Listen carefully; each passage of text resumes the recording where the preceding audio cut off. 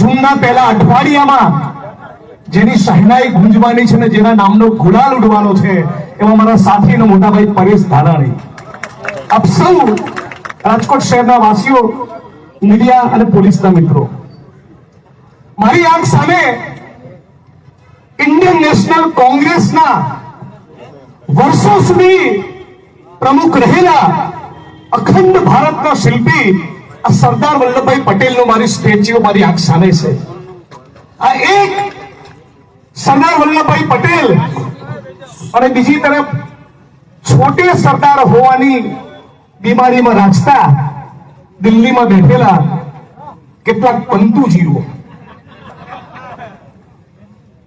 આજે આ સૌરાષ્ટ્રની રાજકોટની ધરતી પરથી એક જબરદસ્ત પવન આખા ગુજરાત અને દેશમાં ફેલાયેલો છે. અને આનું એક સૌથી મોટું કારણ એ છે કે બેરોજગારી અને મોંઘવારીના કારણે રાજકોટની, સૌરાષ્ટ્રની, ગુજરાત અને દેશની જનતા ત્રસ્ત તો છે જ, પણ જેને કહેવાય ને કે વિનાશ કાળે વિપરીત બુદ્ધિ, એવું એક નિવેદન એક બહેનો અને માતાઓ દ્વારા એ પુરુષોત્તમ રૂપાલા દ્વારા કરવામાં આવ્યું છે.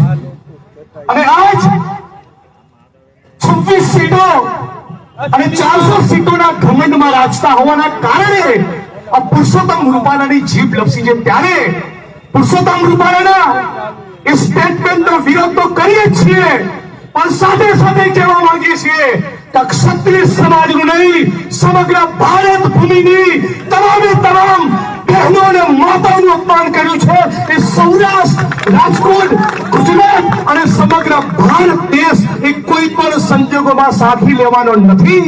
અને હજી તમે જો એની ટિકિટ કાપવાના ના હો, હજી તમે 6 વર્ષ માટે એને પાર્ટીમાંથી સસ્પેન્ડ કરવાના ના હોય તો પરેશભાઈ, આ મંચ અને રાજકોટની ધરા એ બધા સામૂહિક રીતે સંકલ્પ કરીએ કે આવો આ પુરુષોત્તમ રૂપાલાની પાર્ટી ભારતીય જનતા પાર્ટીને એનું 6ઠ્ઠીનું ધાવણ યાદ કરાવી દઈએ. સાથીઓ, બહુ જોરથી આપણી વચ્ચે ભારત માતા કી જય બોલાવે, આમનું વાસ્તવિક ચરિત્ર ઓળખી લો.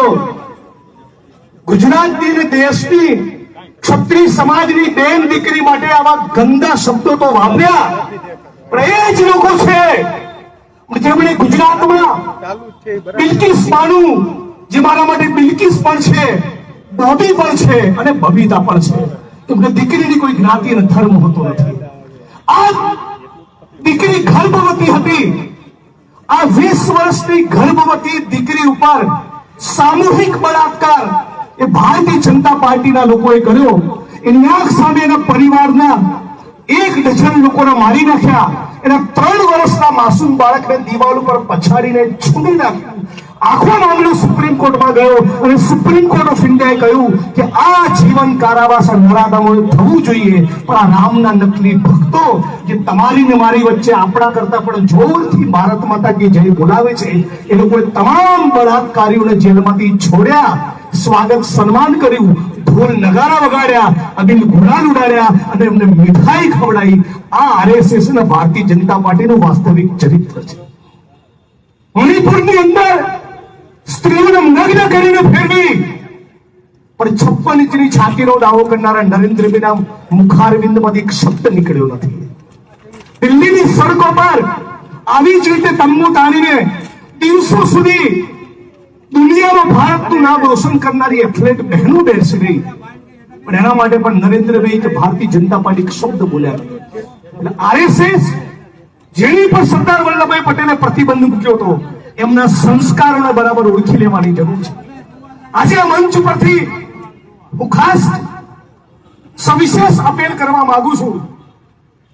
પટેલ સમાજમાં, એમાં પણ કડવા પટેલ સમાજમાં આપણે બધા જ જાણીએ છીએ કે કોઈ પણ નેતા કોઈ પણ જ્ઞાતિ કે ધર્મનો હોતો નથી, કોઈ પણ ગોળ કે પરગણાનો હોતો નથી. પણ આ ચૂંટણીમાં ક્ષત્રિય સમાજ જેટલી જ પરીક્ષા થવાની હોય તો જે મારા હૃદયની બહુ નજીક છે એવા કડવા પાટીદાર સમાજની પણ પરીક્ષા થવાની છે. એટલા માટે કે ઉચ્છલના, નિજરના, સોનગઢના, વ્યારાના આદિવાસીઓના પ્રાણ પ્રશ્નોની રજૂઆત કરવાની વાત આવે તો હું 6 વર્ષ સાક્ષી રહ્યો છું, 5 વર્ષ એમનો ડંકો બુલંદ કર્યો છે આદિવાસી ભાઈનો વિધાનસભાના મંચો પર, એ પરેશ ધાનાણી છે. 1600 કિલોમીટર લાંબો ગુજરાતનો દરિયાકાંઠો, અને એમાં જે માછીમારો એ દરિયો ખેડવા જાય ને પાછા નથી ફરતા, એની વેદનાને કોઈએ વાચા આપી હોય તે પરેશ ધાનાણી છે. સ્મોલ અને મીડિયમ સ્કેલ ઇન્ડસ્ટ્રીઝના વ્યાપારીઓ જો બિઝનેસ નરેન્દ્ર મોદીની અર્થનીતિને કારણે બંધ થઈ ગયો, એ લોકોની પીડાનો કોઈ વાચા આપ્યું તો પરેશ ધાનાણી છે. ડોક્ટર ભીમરાવ બાબા સાહેબ આંબેડકરના બંધારણીય મૂલ્યોની વાત વિધાનસભાના મંચ ઉપર કોઈ મૂકી હોય, ખેડૂતો, મજદૂરો, શ્રમજીવીઓ, માછીમારો, બહેનો, માતાઓ, આ સર્વ સમાજનો અવાજ એ વિધાનસભાના મંચ ઉપર પરેશભાઈ ધાનાણી બન્યા હોય, ત્યારે જો આપણે અમને કડવા કે લેવામાં વેચી દઈશું તો મને એમ લાગશે કે સરદાર વલ્લભભાઈ પટેલનું અપમાન થશે. આ વાત આજે કહેવા માટે આવી. એટલે સમગ્ર પાટીદાર સમાજ એક થાય, સમગ્ર રાજકોટનો સમાજ એક થાય, અને આ જે પ્રચંડ બેરોજગારી, મોંઘવારી જે આપણા માથે એ ભાજપની સરકારે લાદી છે, કહેતા હતા કે બહોત હુઆ કિસાનો पे अत्याचार, अब की बार मोदी सरकार. અજય ટેની નામના ઉત્તર પ્રદેશના ભાજપના મંત્રીના દીકરાએ આખી દુનિયામાં ના કર્યું એવું કૃત્ય કર્યું, ખેડૂતોની છાતી પર ગાડી ફેરવીને એમને ચકડીને એમના ખૂન કરી નાખ્યા. આ ભાજપનું શ્રીચરિત્ર. દિલ્હીની સડકો પર આંદોલનમાં 750 ખેડૂતોના ભોગ લેવાયા. આ ભારતીય જનતા પાર્ટી છે. આજે દુનિયાના ઇતિહાસમાં આંદોલન કરી રહેલા ખેડૂતોને આતંકવાદી, નક્સલવાદી અને ખાલિસ્તાની આ ભાજપની સરકાર સિવાય કોઈએ કીધા નથી. તો ખેડૂતના દીકરાઓ, શ્રમજીવીઓ, સર્વ સમાજના લોકો પોતાના પ્રાણ પ્રશ્નોની બાબતમાં વિચારીએ. ત્યાં 400 રૂપિયામાં મળતો ગેસનો બાટલો એ જે 1200 રૂપિયામાં પહોંચ્યો, ફરી જો કોઈ આ ચોરોને ચૂંટીને લાવશે તો 1200 ના 1400 થવાના છે, 800 થવાના નથી. જે 75-80 નું પેટ્રોલ 100 પહોંચ્યું, ફરી તમે જો અમને છૂટીને લાવશો 120 અને 140 કરશે, ફરી એના 80 થવાના નથી. ખેડૂતોને ટેકાના ભાવ મળવાના નથી, વંચિતોને, દલિતોનું આત્મસન્માન મળવાનું નથી. મારી વાણીની વિરામ આપતા સમયની મર્યાદા છે. ફરી એકાદ વખત પરેશભાઈ માટે આટો મારીશું, પણ દલિત સમાજના સમગ્ર રાજકોટ અને સૌરાષ્ટ્રના મિત્રોને કહેવા માંગુ છું કે મારા 3 વાક્યો ખાસ યાદ રાખજો. આ આંદોલનમાં જય સરદાર અને જય ભીમનો નારો સાથે લગાવ્યો છે. ત્યારે દલિત સમાજને ખાસ અપીલ કરવા માંગુ છું. એક, આરએસએસ, ભારતીય જનતા પાર્ટી અને નરેન્દ્ર મોદી સૌથી વધારે કોઈક નેતાને નાપસંદ કરતા હોય તો એ છે ડોક્ટર ભીમરાવ બાબા સાહેબ આંબેડકર. એક ગુજરાતનો દલિત આ વાત યાદ રાખે. આરએસએસ, ભારતીય જનતા પાર્ટી અને નરેન્દ્ર મોદી એ સૌથી વધારે કોઈ પુસ્તકને નફરત કરતા હોય તે છે ડોક્ટર બાબા સાહેબ આંબેડકરનું બંધારણ.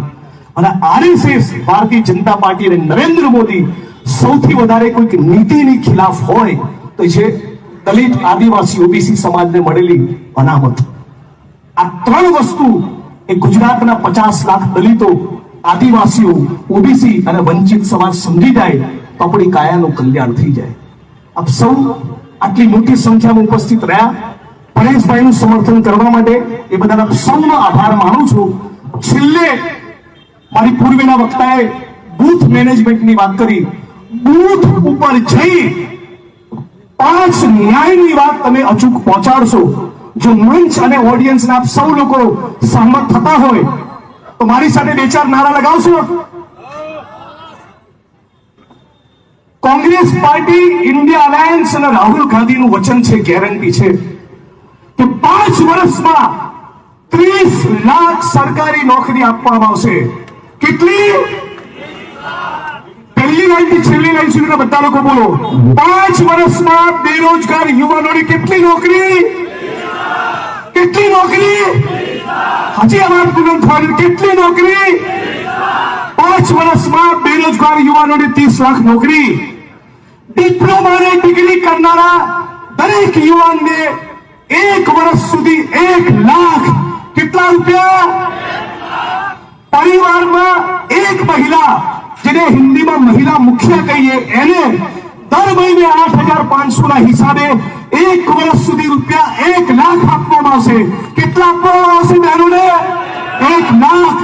ખેડૂતોને ટેકાના ભાવ મળે એના માટેનો કાયદો અને જે પણ ખેડૂતોના દેવા થયા છે એ તમામ દેવાની માફી. તમે કોઈ પણ ફેક્ટરીમાં, પ્રાઇવેટ કંપનીમાં કે સરકારી એકમમાં કામ કરતા હોય કે મનરેગામાં પેલી ચોકડીઓ ખોદવાનું કામ કરતા હોય, ઇન્ડિયા અલાયન્સની સરકાર બનશે, કોઈ પણ મજૂર કે શ્રમજીવીને એની કાળી મજૂરીના 400 રૂપિયાથી ઓછું વેતન ચૂકવવામાં આવશે નહીં. આ તમામ વાત તમે બૂથ ઉપર લઈ જજો. એટલી અપીલ સાથે મારી વાણીને વિરામ આપું છું. આપ સૌ